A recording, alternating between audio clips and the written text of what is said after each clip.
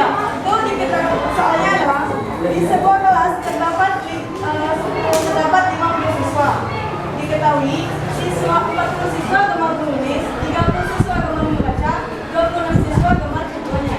Yang ditanya, jika seorang siswa dipilih, satu orang siswa dipilih, maka peluang siswa yang terpilih tidak gemar keduanya